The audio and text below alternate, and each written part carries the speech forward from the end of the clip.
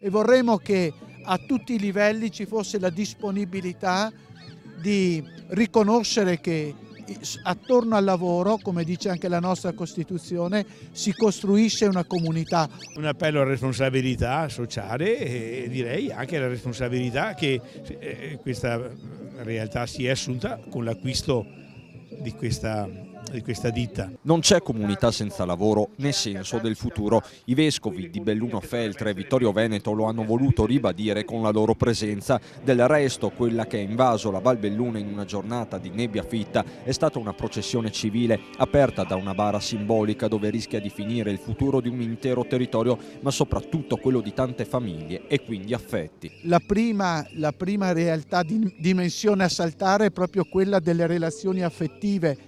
Non è vero che gli affetti sono altra cosa dal lavoro, si intrecciano, hanno bisogno di riconciliarsi, anzi l'appello è anche che teniamo conto delle esigenze degli affetti. Alla voce dei vescovi si è unita quella di un intero territorio, dal Feltrino al Cadore. ACC è un patrimonio di tutti. Crediamo che non si debba perdere un'eccellenza che è fatta non solo di fabbrica ma di persone. Il segreto sarà anche quello di poter riconvertire lo stabilimento in qualcosa sempre di alta qualità a livello meccanico, e quindi noi ci siamo. Il lavoro significa dignità, non sono solo soldi, ma è dignità per ciascuno di noi, quindi è un passaggio assolutamente importante che dobbiamo sempre presidiare.